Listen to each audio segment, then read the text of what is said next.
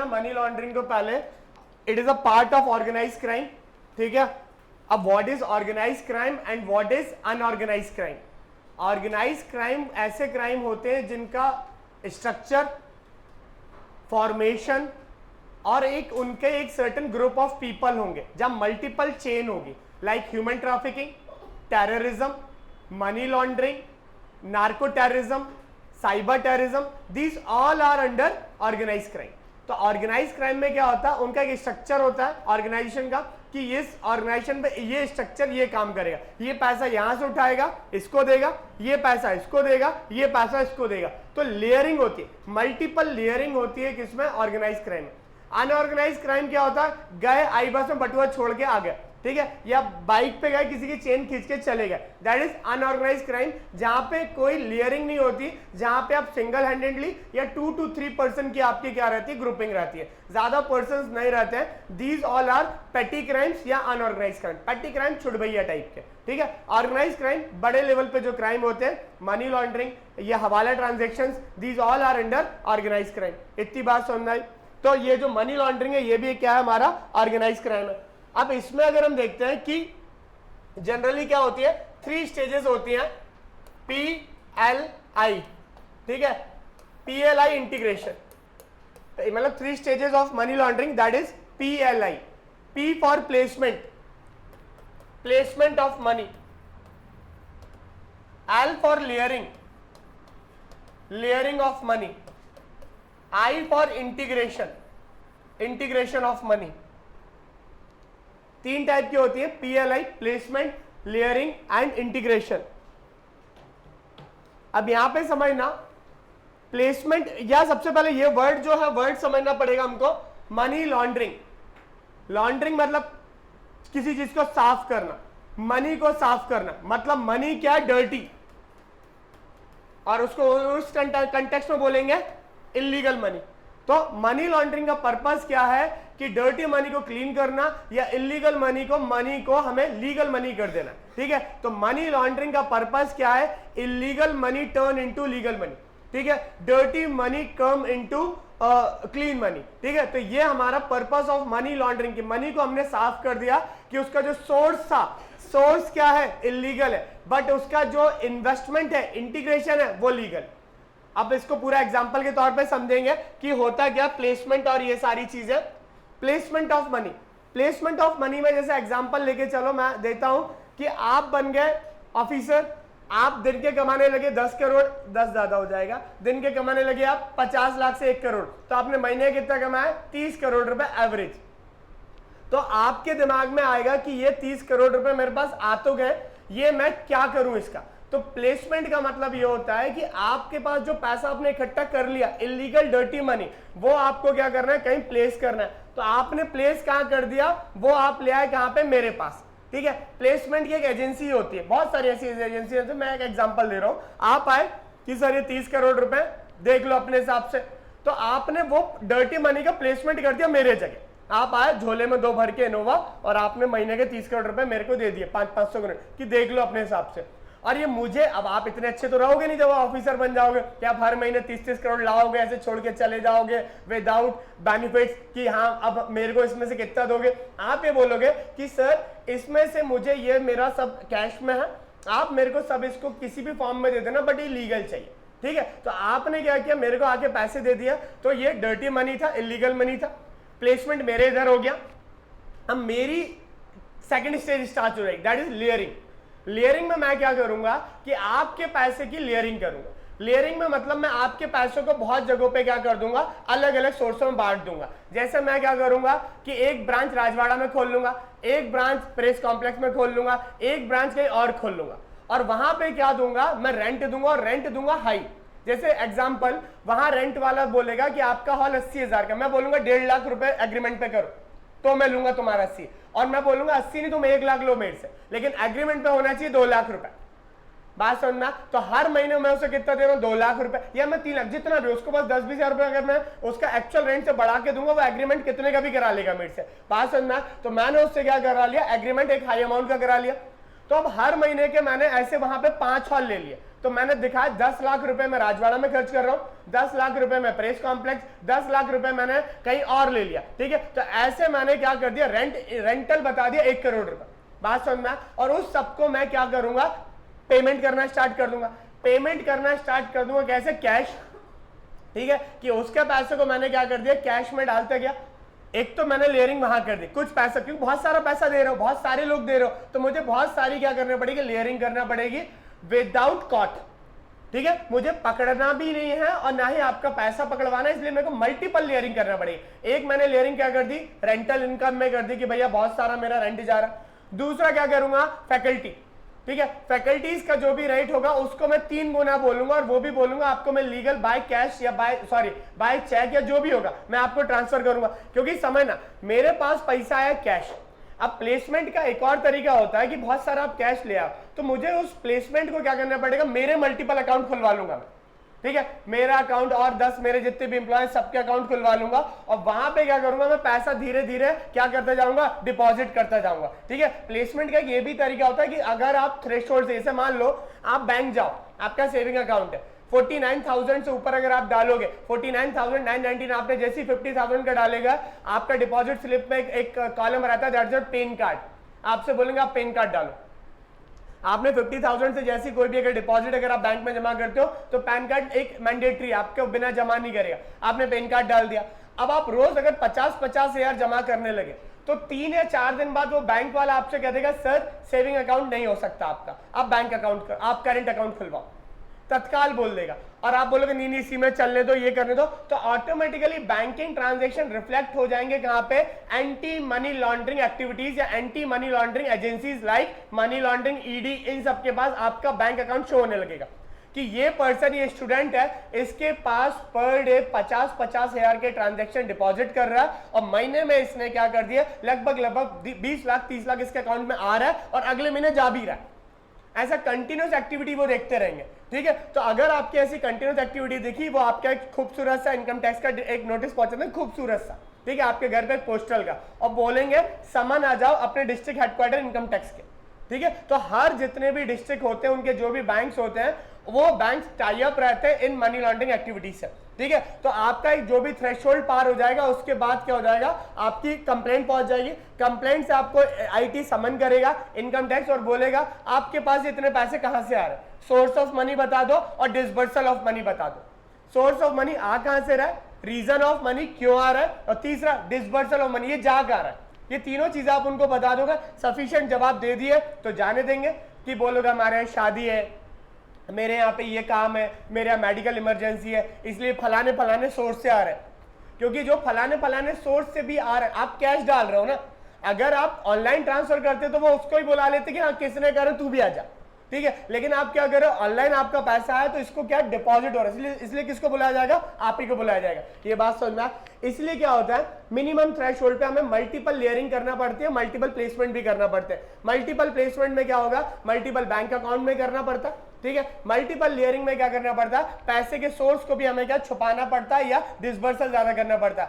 फिर जैसे मैंने कहा रेंट बता दिया, फैकल्टी की सैलरी बता दी। तीसरा क्या बताऊंगा कि मैं फीस ज्यादा ले रहा हूं, फीस ज्यादा ले रहा हूं, मैं बोल लूंगा कि मैं ले रहा हूं 5 लाख रुपए साल का, और मैं 5 लाख की रसीद सबको काटूंगा।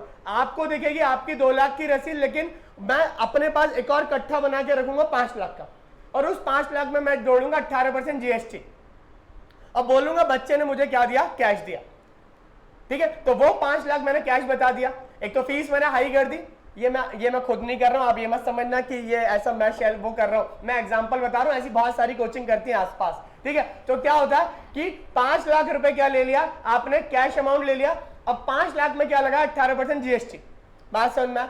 अब 5 लाख प्लस लिया, लेकिन एक्चुअल फीस 2 लाख थी, लेकिन आपने क्या ले लिया, 5 लाख ले लिया, उसमें 18% जीएसटी लगा दिया, और 5 लाख क्या बता दिया कि किस सोर्स से लिया, कैश सोर्स में लिया, बच्चे ने क्या दिया, कैश दिया। ये बात समझ में। तो उसमें क्या होगा, मैंने बहुत सारा पैसा और इकट्ठा कर लिया, अरे हाँ की ना 2 लाख की मैंने 5 लाख बता दिया। एक और इसी में मैं क्या करता हूं, नंबर ऑफ स्टूडेंट्स, मैं बोल दूंगा 1000 बच्चे पढ़ते, और 1000 बच्चे कितने दे रहे हैं, 5 लाख। तो कितना ज्यादा मैंने लेयरिंग कर दिया, और सबका सोर्स ऑफ अमाउंट क्या है, कैश। उस 5 लाख पे मैंने कितना भरा, 18% टैक्स। 18% टैक्स जैसे ही भरा, मेरा पूरा इलीगल मनी किस में आ गया, लीगल मनी। मैंने अपने सरकार को बोला, मैंने अपने सीए को बोला 1000 इंटू 5 लाख, 5 लाख का जितना भी टर्नओवर उसका 18% टैक्स। जैसे ही मैंने 18% टैक्स भरा, मेरा पूरा का पूरा वो अमाउंट क्या हो गया, लीगल हो गया। बात समझ में आई? अब क्या होगा, आप लोगों ने जो भी मेरे को अमाउंट दिया, आप लोग भी जानेंगे कि यार सर को हमने जो अमाउंट दिया उसमें सर ने क्या किया, लीगल मनी करने के चक्कर में 18% टैक्स भर दिया। मल्टीपल जितने भी मैंने जो स्मर्फर, एक वर्ड होता है स्मर्फर, SMURFER। स्मर्फर क्या होता है, आइडेंटिफिकेशन छुपा छुपा के मैंने बहुत सारे मूल बना दिए। मूल मतलब MULE, मूल मतलब एक टाइप का एजेंट, ठीक है। बहुत सारे छुटभैया लोग बना दिए जो मेरा काम करेंगे, बट मेरे बिहाफ में अकाउंट बहुत सारे बना लेंगे, ठीक है। जैसे मेरे यहाँ कोई फैकल्टी काम कर रहे हैं, मेरे यहाँ कोई ऑफिस बॉय काम कर रहे हैं, या इनका मैं बोलूंगा कि अपने घर में जाओ, मम्मी पापा दादा दादी जितने भी जिंदा लोग हैं सबके अकाउंट खुलवा लो, ठीक है, और सबके अकाउंट खुलवाओ। अब मैं सिक्योरिटी के लिए क्या करूंगा कि उनके जो भी अकाउंट खोलेंगे उनके एटीएम कार्ड और पासबुक मैं अपने पास रखूंगा। एटीएम कार्ड, पासबुक और चेकबुक ये मैं अपने पास रखूंगा कि विदाउट माय प्रायर कंसेंट वो ट्रांजैक्शन नहीं कर सकते। कैसे करेंगे, एटीएम और यूपीआई कुछ खुलवाऊंगा नहीं, ठीक है। तो हर महीने उनसे बोलूंगा या हर दिन कहूंगा 20-20, 40-40 हजार रुपए या बैंक से जाके पासबुक से दिखा के विड्रॉल करते चलो। अकाउंट खुलवा लिया, और बहन की शादी, भाई की शादी, मेडिकल इमरजेंसी, हर महीने में 5-5 लाख मल्टीपल अकाउंट में डलवाता रहा। बात समझना है, that is a process of clearing, और ये हो रहा है। और यही डिमोनेटाइजेशन में पता पड़ा कि डिमोनेटाइजेशन के टाइम पे मल्टीपल अकाउंट एकदम से खुल गए, ठीक है। मल्टीपल अकाउंट खुल गए मतलब ऐसे लोग खुल गए जो मर भी चुके उनके अकाउंट खुल गए। ब्रांच मैनेजर ने उनके अकाउंट भी खोले और उनके अकाउंट में ट्रांसफर हुआ पैसे, और फिर हमने विड्रॉल कर लिए। 2-2 हजार के नोट थे हमारे पास, वो सारे इलीगल थे, तो हमने वो 2-2 हजार के नोट क्या करिए, जो मर गया पर्सन उसके अकाउंट में डाल दिया, और एटीएम वगैरह सब अपने पास था। और जैसे मामला शांत हो गया, जाके क्या निकाल दिए, पैसे निकाल दिए 500 के नए नोट। बात आई समझ में? सॉरी, जो 1000 के नकली नोट थे ना उस टाइम पे, 2000 के नहीं थे, 2000 के नए हैं। तो जो 500 और 1000 के नकली नोट थे, मल्टीपल अकाउंट खोले, मल्टीपल अकाउंट में पैसे डाला, वो जो आपका इलीगल मनी जो आपने स्टोर करके रखा था, और वो क्योंकि करेंसी खत्म हो गई थी, आपने जाके बैंक में डाल दिया, मल्टीपल अकाउंट बना दिया, और ये सारी चीजें करी।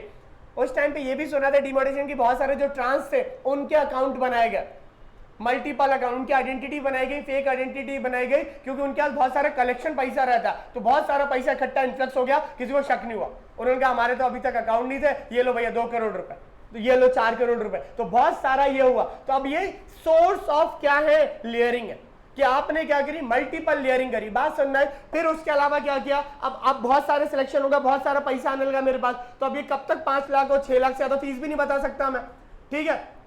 ब्रांचेस खोल ली, फ्रेंचाइजी देना स्टार्ट कर दी। बात समझना, ये सारे मॉडल है, आप समझेंगे ये जो चलता है ना मार्केट में, ये सब के सब लेयरिंग प्रोसेस है, ठीक है। लेयरिंग प्रोसेस है कि यहाँ पे फ्रेंचाइजी मॉडल खोल दिया, जैसे बड़े बड़े एलन वगैरह क्या कर रहे हैं, फ्रेंचाइजी मॉडल पे। तो फ्रेंचाइजी मॉडल पे जैसे मान लो भोपाल में किसी ने फ्रेंचाइजी ली, तो मैं बोलूंगा मेरा फ्रेंचाइजी कॉस्ट 1 करोड़ रुपए, तू बस मेरे को 25 लाख देना, 25 लाख देना, लेकिन पेपर पे कितना रहेगा, 1 करोड़ रुपए, ठीक है। ऐसी फ्रेंचाइजी मैंने पूरे 52 की 52 डिस्ट्रिक्ट में खोल दी, तो कितना ज्यादा लेयरिंग हो गया फिर, ठीक है। 25 लाख सिर्फ लेयरिंग फीस है, लेकिन कॉन्ट्रैक्ट पे कितना रहेगा, मेरी फ्रेंचाइजी फीस 1 करोड़ है, क्योंकि फ्रेंचाइजी जब आप उसको देते हो तो जो ओनर की विल रहती है कि मुझे कितना भी चाहिए, बात सुनना। और फिर उसको भी वही गणित दूंगा कि क्योंकि फ्रेंचाइजी का एक दूसरा रूल होता है, जितना हेडक्वार्टर में फीस होगी उतनी उनके यहाँ होगी। अगर मेरे यहाँ 5 लाख फीस है, तुम्हें भी 5 लाख है, लेकिन तुम रसीद कितनी काटना, 2 की। एक स्टूडेंट की कटेगी 2 लाख की, बाकी एक 5 लाख पे 18% टैक्स भरा जाएगा, और सारा सोर्स क्या रहेगा, कैश। बातें आ रही है समझ में कि नहीं? तो लेयरिंग में एक ये चीज होती है। फिर बहुत सारा, ये लेयरिंग के मैं एग्जांपल्स बता जा रहा हूं क्योंकि आपके पास हजारों करोड़ रुपए आते हैं, तो आप लेयरिंग करते हैं। फिर लेयरिंग में क्या होगा, मैंने हॉस्टल खोल दिया, गर्ल्स बॉयज दोनों अलग अलग, ठीक है। तो गर्ल्स हॉस्टल और बॉयज हॉस्टल ये मैंने खोल दिया। अब इस हॉस्टल में मैंने क्या किया कि जो भी 6000 8000 फीस होगी, तो मैं बोलूंगा कि फीस कितनी है, 10,000 रुपए, लेकिन आप देना कितने, सिर्फ 5000 रुपए। रसीद कितने गिरते गई, 10, और वो सीटर जो भी हो, 30 लोग रह रहे हो, 40, मैं बोलूंगा 100 सीटर है। ऐसे 3-4 हॉस्टल है, और ऐसे हॉस्टल क्या, एक तो मेरे खुद के होंगे, दूसरे क्या होंगे कि कोई और ऑलरेडी हॉस्टल होगा, उसका सिर्फ बोर्ड हटके मैं फोटो खींच लूंगा बाहर से 1 मिनट के लिए। जैसे आपका मान लो कोई हॉस्टल का नाम, कोई हॉस्टल का नाम बताओ ना, सत्कार हॉस्टल, प्रमोट करो, ठीक है, ठीक है, ठीक है। तो सत्कार हॉस्टल का मैंने 2 मिनट के लिए हटा दिया और रावत आई हॉस्टल लगा दिया, ठीक है। तो रावत आईएएस हॉस्टल लगा के मैंने फोटो खींच दी बस, और वो फोटो मैंने रजिस्ट्रेशन के टाइम पे डाल दी कि यहां भी मेरा ऐसा हॉस्टल चलता है। ऐसे बहुत हॉस्टल अभी चल भी रहे, कि सिर्फ चल रहे हैं 4 लेकिन बताए जा रहे हैं पेपर पे 20 चीज, क्योंकि सिर्फ क्या हो रही है, लेयरिंग। और उन सब में उट पटंग नाम है, ठीक है, एक ही तरफ के नाम बहुत सारे, ठीक है, ये सीमा, रीमा, गीता, सीता, सारे नाम एक साथ है, ताकि क्या है, वो मतलब घोष नाम है। और सबसे रसीदें कट रही है हर महीने के 10-10 हजार रुपए, एक महीने में कितना ट्रांजैक्शन हो रहा है समझ सकते हैं।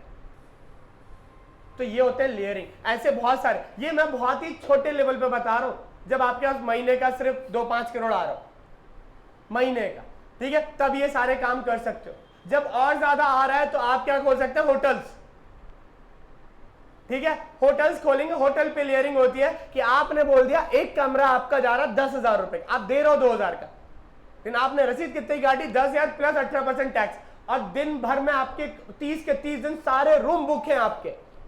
बात समझ में आई, वाले आपके आधे रूम खाली, लेकिन आप रोज एक रसीद काटोगे, 10,000 प्लस 18% टैक्स। पैसा क्या, सोर्स क्या, कैश। और वो आपने जो बोरा आप देखेगा उसमें से 10,000 निकाले और एक रूम बुक कर दिया और वो इसकी रसीद काट दी, वो तत्काल इलीगल से लीगल मनी कर दिया, जैसे आपने सरकार को क्या दे दिया, टैक्स 18%। बात सुनना, ऐसे हम मल्टीपल चेन खोलेंगे। जो ताज, ओबरा, ये चल नहीं रहे, ये बस चलाए जा रहे, ठीक है। क्यों, क्योंकि उन्हें क्या करना है, बहुत सारा इलीगल मनी को किस में करना है, लीगल मनी में करना है। ताज मैंने बस नाम लिया है, ठीक है, वैसे बहुत सारे होटल्स हैं, जो आप कोई भी बड़ा होटल देखोगे किसी भी शहर में, वो एमएलए, एमपी, मिनिस्टर का ही होगा, या उसके चाचा, भतीजे, दामाद, जीजा, जो भी होगा, ठीक है, तो उन्हीं के होंगे। तो ये सब क्या चलते हैं यहाँ पे, पैसे की यहाँ पे चीज चलती है। किसका भी मैंने बताया, अरे ताज का नहीं बोलना, ठीक है, अच्छी है ताज, ठीक है, ताज ऐसा नहीं करते। होटल्स का बताया, उससे ज्यादा आ जाओगे और पैसा आ जाएगा, जब दिन का 10 करोड़ आएगा तो आप क्या कर सकते हो, हॉस्पिटल्स, ठीक है। हॉस्पिटल्स में भी ऐसी आप ओवर बिलिंग करोगे, ओवर डॉक्टर को पेमेंट करोगे, ओवर ये सारी चीजें करोगे, तो ये सारे सोर्स ऑफ लेयरिंग है। बात समझना, उसके बाद और सारा पैसा आ जाएगा तो आप क्या करोगे, शेल कंपनीज, ठीक है। Shell companies work on paper, not work on ground, ठीक है, सिर्फ वो पेपर कंपनीज रहती है, शेल कंपनीज। कि आपने क्या खोल ली, कि अपने नाम पे एक कंपनी खोल ली और उसका ट्रांजैक्शन आप बताते जा करोड़ों का, और बोला कि ये एक्सपोर्ट इंपोर्ट का काम करती है, इसका काम करती है। आपको सीए बहुत सारा ज्ञान दे देंगे कि ऐसी कंपनी आप खोल लो जिसमें ट्रांजैक्शन बहुत ज्यादा हैवी ट्रांजैक्शन रहेगा, और सारा का सारा क्या रहेगा, आपका ऑफलाइन से ऑनलाइन रहेगा। तो लेयरिंग में क्या करोगे, आप मल्टीपल चीजों की लेयरिंग करोगे, पैसा आएगा और आप उस पैसे को बहुत सारी पढ़ते बाय पढ़ते आप क्या करोगे, सिस्टम में डालते जाओगे, धीरे धीरे, पता भी नहीं पड़ेगा। हॉस्पिटल्स और ये सारे जितने मैं हब बता रहा हूं, हॉस्पिटल्स, होटल्स, कोचिंग इंडस्ट्रीज, ये सारे हब्स हैं कि आपका प्लेसमेंट का क्या हो रहा है, लेयरिंग होता जा रहा है। बात इतनी समझ में आ रही है, अरे हाँ की ना। फिर ये जैसे भी आपने टैक्स भर दिया, या लेयरिंग में एक और आता है, ये जो आज के डेट में ये जो आपके क्रिकेट टीम्स बन रहे हैं, ठीक है, आईपीएल, ठीक है, आईपीएल में बिगेस्ट बोला जा रहा है कि ये सबसे बड़ी मनी लॉन्ड्रिंग एक्टिविटीज है। इसमें इतना पैसा आ रहा है, जैसे आपके पूरे चितकबरी वो टी शर्टें पहने रहते हैं कि यहाँ पे ये लिखा है, पेप्सी लिखा है, यहाँ पे जियो लिखा है, यहाँ पे कुछ और लिखा, हेलमेट पे कुछ और लिखा, घुटने में कुछ और लिखा। ये सारे जो फ्रेंचाइजी लिखे हैं, ये सारे के सारे क्या करवा रहे हैं, लेयरिंग टैक्टिक्स, ठीक है, कि वो प्लेयर को आईपीएल की ऑक्शनिंग, वो भी मैं बता चुका हूं आपको, आईपीएल का ऑक्शन कि प्लेयर बिका 25 करोड़, प्लेयर बिका 20 करोड़। ये सिर्फ हमें बताया जा रहा है, प्लेयर के उतने अकाउंट में भी आते हैं बट वो वापस आ जाते हैं, ठीक है। तो लेयरिंग टैक्टिक्स में क्या होता है कि हाई पेड वैल्यूज खरीदो आप। एक और बहुत अच्छा होता है प्लेसमेंट का तरीका है, लेयरिंग का तरीका, आर्टवर्क, पेंटिंग। कोई डिसाइड ही नहीं वैल्यू, ठीक है, कि आपने कोई पेंटिंग बनाई, उस पेंटिंग को कोई भी नहीं देख रहा, लेकिन उस पेंटिंग को क्या है, उसकी वैल्यू 1 करोड़ दे दी, 10 करोड़ दे दी। आर्ट वर्क, ठीक है, आर्ट वर्क की क्या है, कोई वैल्यूएशन नहीं होती, तो आर्ट वर्क खरीदते हैं आप, ठीक है। कोई आपका ओल्ड कोई प्रॉपर्टी होगा, उसके आपने दाम हैप्पीजार्डली बढ़ा दिए कि ओल्ड एज है, मेरा इमोशन है, इमोशन को आपने लिंक कर दिया किससे, प्रॉपर्टीज है, और उसको आपने हाई रेट वैल्यू पे लगा दिया। ये सारे के सारे तरीके होते हैं प्लेसमेंट एंड लेयरिंग में, कि आप प्लेसमेंट जब करते हो पैसों को, तो आप ऐसी चीजों में करते हो जो लोगों के ज्यादा ध्यान नहीं जाता, या उसकी क्वालिटेटिव वैल्यू नहीं होती। आप उसमें कितना, सॉरी, क्वांटिटेटिव वैल्यू नहीं होती, आप उसको कितना भी लगा सकते हो।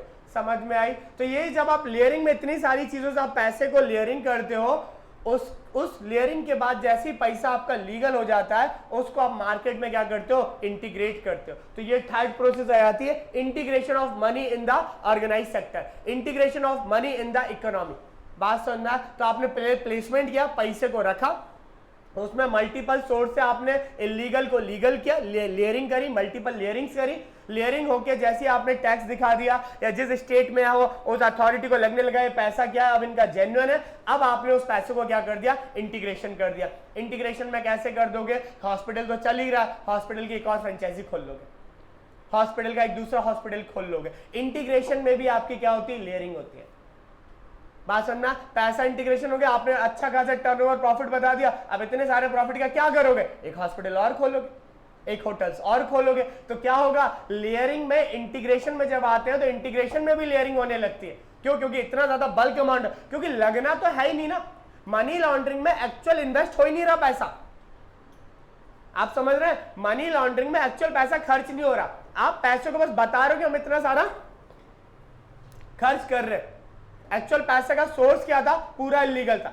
आप सोच रहे हैं जैसे 10 लाख रुपए आए, आप एक आए, आप 10 लाख रुपए देके चले गए, मैंने 5-5 लाख की 2 फीस काट दी, तो आपका एक्चुअल गया 10 ही लाख ना। मैंने रसीद कम की नहीं काटी, मैंने रसीद कितनी काटी, 5-5 लाख की, तो पैसा तो उतना ही है, बस डिडक्ट क्या हो रहा है आपका, टैक्स। डिडक्ट क्या हो रहा है, टैक्स। और आपका 10 लाख में से आपने 18% टैक्स माइनस कर दिया, 1,80,000 रुपए, बाकी आपका 8,20,000 टोटल लीगल मनी। बात समझ में आई, 8,20,000 टोटल आपका। अरे इतना नहीं दूंगा मैं, आपको कम दूंगा, ठीक है। 8,20,000 क्या हो जाएगा, टोटल आपका हो जाएगा, आपका टोटल लीगल मनी हो जाएगा। बात समझना। तो आपका लगा कुछ नहीं, आप 10 लाख अगर अपने अकाउंट में डलवाते हैं कुछ कर, अब आपने 8,20,000 में कहा कि अब 8,20,000 में आप बोलोगे आप इंटीग्रेशन कैसे होगा, आपके अकाउंट में डल नहीं सकता, तो आपने भाई बहन किसी और को बोलोगे कि आप रावत है इसमें पार्टनर बन जाओ, ठीक है। तो इंटीग्रेशन में क्या होगा, मैंने वेंचरशिप कर ली, जैसे बड़ी बड़ी जैसे होते हैं ना पावर्ड बाय, ठीक है। तो पावर्ड बाय में जो एंजल इन्वेस्टर्स होते हैं, तो आप क्या बन जाएगा, आपका भाई, आपकी बहन, आपके घर का कोई क्या बन जाएगा, मेरे वेंचर में क्या बन जाएगा, एक पावर्ड इन्वेस्टर बन जाएगा। बात समझ में, ताकि उसका भी रोल वही रहे, क्योंकि आपका पैसा आता जा रहा है कंटिन्यूस, अब आपकी मेरा बढ़ते जा रहा है, अब कल को आप बोलोगे कि सर पैसा लाओ, मैं बोलूंगा काय का पैसा, कोई पैसा है क्या, अब मैंने टैक्स भर दिया, वो पैसा तो मेरा था, 5-5 लाख की रसीद मेरी कटी है, सब कटी, तो आपके ट्रस्ट के लिए क्या हो जाएगा, आपको मुझे क्या देना पड़ेगी, पार्टनरशिप देना पड़ेगी। तो आप कितने भी बड़े बड़े बिजनेसमैन देख लेंगे, उसमें क्या होती है, बहुत सारी मल्टीपल पार्टनरशिप्स होती हैं।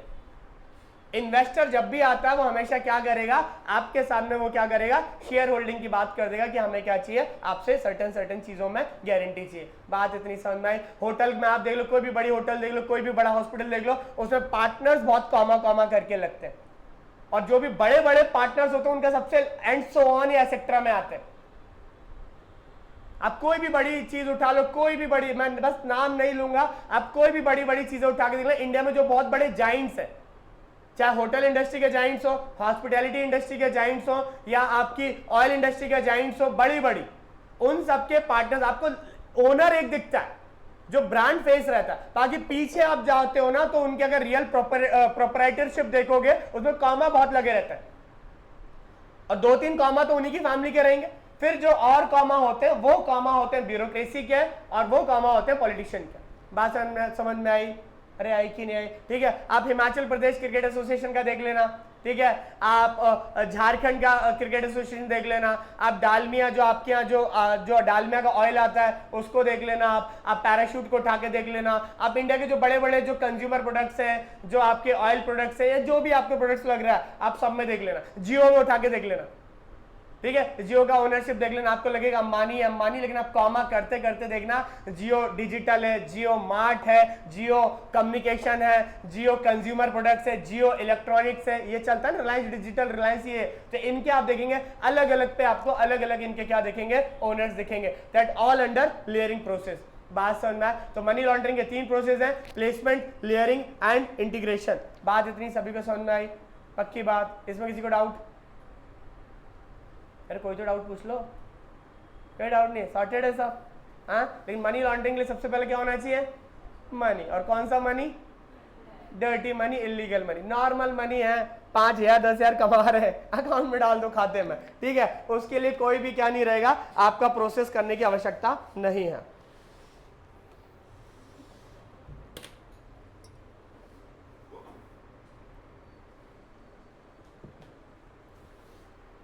इस अब मनी लॉन्ड्रिंग आप समझेंगे कि एक और इंपैक्ट होता है मनी लॉन्ड्रिंग का, कि मनी लॉन्ड्रिंग क्या होता है, एक टाइप का क्राइम है। क्यों? क्योंकि पैरेलल इकोनॉमी चलाता है, ठीक है। आपको लग रहा है कि अब जैसे 5 लाख है, मैंने 18% टैक्स भरा, ऐसा हर जगह हो रहा है, तो हमारी इकोनॉमी में तो सब काउंट हो रहा है, ठीक है। हमारी इकोनॉमी में दिख रहा है इतना सारा पैसा आ रहा है, जीडीपी में काउंट हो रहा है क्योंकि 18% टैक्स भर रहे हैं, लेकिन वो एक्चुअल कुछ है क्या? कुछ नहीं है, ठीक है। वो इकोनॉमी चल रही है, बट वो उस इकोनॉमी में कुछ हमारा इनपुट नहीं है, कोई लेबर फोर्स नहीं है। वो वैसी इकोनॉमी चलेगी जैसे मान लो जो ओरिजिनल, अगर वो इकोनॉमी को अगर हम हटा दें, जैसे इंडिया में हम बोलते हैं कि इंडिया की इकोनॉमी से मान लो 50 लाख करोड़ की है, तो 50 लाख करोड़ में मान लो 30 लाख करोड़ क्या है ब्लैक मनी, और 20 लाख करोड़ क्या है ओरिजिनल।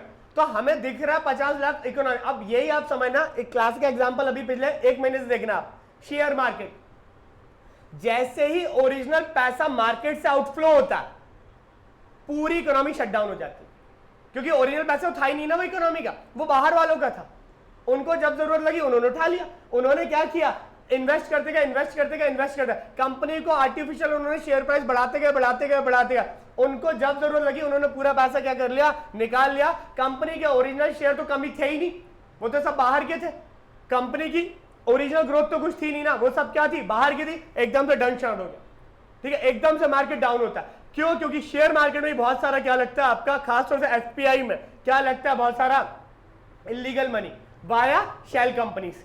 अब मैंने कहा कि शेल कंपनीज बाहर कोई एक बन गई, उस शेल कंपनीज ने रिलायंस के, अडानी के बहुत सारे शेयर खरीद लिए, ठीक। क्यों? क्योंकि उसे इन्वेस्ट करना था पैसा। अब उसने इन्वेस्ट किया, अब उसके मालिक को पैसा चाहिए, उसने सारा निकाल लिया, शेयर की वैल्यू धड़ाम से गिर गई। तो एक्चुअल जो शेयर इन्वेस्टर्स है इंडिया के, जो जेन्युइन है, उनके खेल लग गए।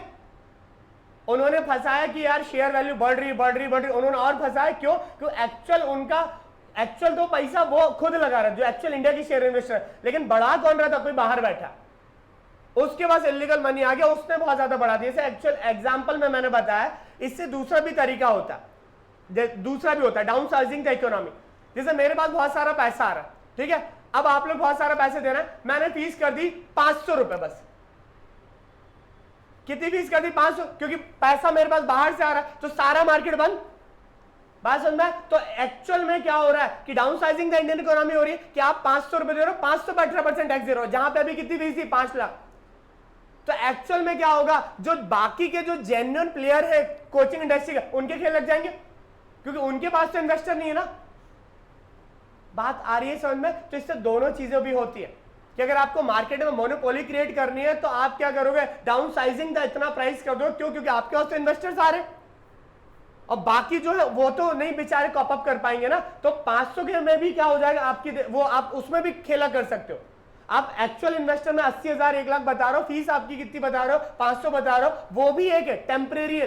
लेकिन जनरली ये इसमें क्या हो रहा है, जितना कम अमाउंट दिखाएंगे उतना हमें बहुत ज्यादा लेयरिंग करना पड़ेगी, इसलिए हम अमाउंट हमेशा क्या बताएंगे? ज्यादा। आप बैग खरीद के लाओगे 1 लाख का, बताओगे 10 लाख का। क्यों? क्योंकि लेयरिंग इजी हो रही है। जितना हाई अमाउंट ऑफ मनी होगा उतना लेयरिंग हमें क्या करनी पड़ेगी? कम। 10 लाख में मुझे बहुत सारे स्टूडेंट बताने पड़ेंगे 500-500 में, और 5 लाख में सिर्फ कितने बताने पड़ेंगे? 2। आगे बात समझ में? 10 लाख में मुझे क्या करना है? लेयरिंग करनी है। तो अगर 500-500 फीस रहेगी तो मुझे बहुत सारे स्टूडेंट चाहिए, और वही अगर 5 लाख की फीस करूंगा तो कितने स्टूडेंट चाहिए? सिर्फ 2। तो लेयरिंग हमेशा बढ़ जाती है जब भी हम क्या करते हैं? अमाउंट ऑफ मनी क्या करते हैं? कम करते हैं। इसलिए जितने भी आपके फालतू के प्रोडक्ट्स होते हैं, जो आर्ट वर्क्स और ये सारी चीजें, इसमें बहुत ज्यादा पैसा लगता है। बात समझ में आई? तो लेयरिंग ऑटोमेटिक कम हो जाएगी जब अमाउंट ऑफ मनी को क्या कर दोगे? आप बढ़ा दोगे। ये बात आ रही है समझ में? पीछे अरे हाँ की ना, गुड, ठीक, लिख ले आप। मनी लॉन्ड्रिंग में इतना ही था। ये मेरे में बार बार पंचायत S3 स्ट्रीमिंग क्यों आता है? पंचायत S3 मतलब सीजन 3 है ना। ये कह रहा है मैं देखूं, इसको कैसे पता? मैंने नहीं देखा, कैसे पता पड़ता है? ये भी सही है, ठीक है। लिख ले पर मनी लॉन्ड्रिंग। लिखना तो बड़ा अच्छा नहीं लगता है, लेकिन लिख लेते हैं ना थोड़ा सा, है ना। और क्या बताऊं, पहले कमाओ तो पैसे ठीक है, मैं धीरे धीरे बताना स्टार्ट कर दूंगा मैं, ठीक है। पहले पैसा कमाना स्टार्ट करो, देना स्टार्ट करो, फिर ये, क्योंकि मनी लॉन्ड्रिंग पढ़ा कौन रहा है, मैं। सोर्स कौन बता रहा है कैसे कैसे करना है, मैं, ठीक है। और आप ऐसा करोगे, मेरे से गद्दारी करोगे कि नहीं नहीं होटल सर हम अपने भाई की खुलवा देते हैं, बहन की खुलवा देते हैं, अगर ऐसा कुछ करोगे तो मनी लॉन्ड्रिंग एक्ट भी मुझे को पता है, ठीक है। उसमें सारे प्रोविजन भी मुझको पता है कि आपको कैसे कैसे धरा जाना चाहिए, ठीक है। हाँ वो भी मैं वेरी गुड, कितने अच्छे बोला कि सर वो भी तो आप पढ़ाओगे तो हम एक्ट से भी बच जाएंगे, है ना। वेरी गुड, ठीक है, वेरी गुड। थोड़े मैं एक्ट कम पढ़ाऊंगा, ठीक है। लिखेंगे इसमें एक्ट में एक ही है madam, prevention of money laundering act, ये एक्ट एक ही है। लीगल मेजर हम अभी थोड़ी देर बात करेंगे, पहले लिख लेते हैं मनी लॉन्ड्रिंग। हाँ क्या इसमें पर जैसे मुझे अपने नाम पे कोई ट्रांजैक्शन नहीं करना है, ठीक है, तो मैं आपके नाम पे खाता खुलवा दूंगा। आप भी डायरेक्टली मेरे से लिंक हो।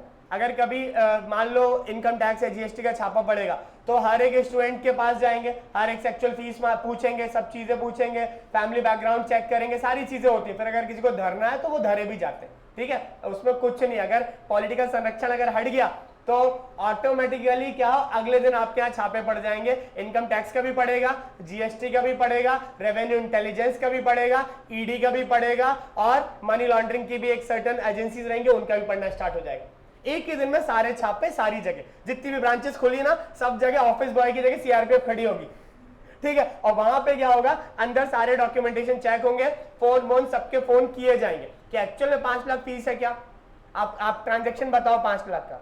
अगर आपने 5 लाख दिए तो 5 लाख आए कहां से, क्योंकि आपकी फैमिली इनकम 2 लाख है, तो आपने 5 लाख कहां से दिए। आप बोलोगे उधार दिए, नंबर दो, किससे उधार लिए, बैंक से लिए, तो बैंक का तो तत्काल वो खटाक से देख लेंगे, उनका सब बैंक के भी साथ में चलते हैं, ठीक है। तो वो पे सीधे सीधे क्या हो जाता है, आप पे वो लगाई जाती है, क्या आप पे केस लगा देंगे, ठीक है। आपने क्या करी है, मनी लॉन्ड्रिंग एक्टिविटीज करी है, आप बड़े घर जाओगे तो आप बोलोगे नहीं हमने 2 लाख दिए, ठीक है। तो आपका वो टेस्टिमनी गवाही कर लेंगे, बस एक ही काफी है, वो सबसे भी नहीं पूछेंगे। एक का हो गया एक्ट, एक काम एक हो या 100 हो, एक ही की बस टेस्टिमनी लेंगे।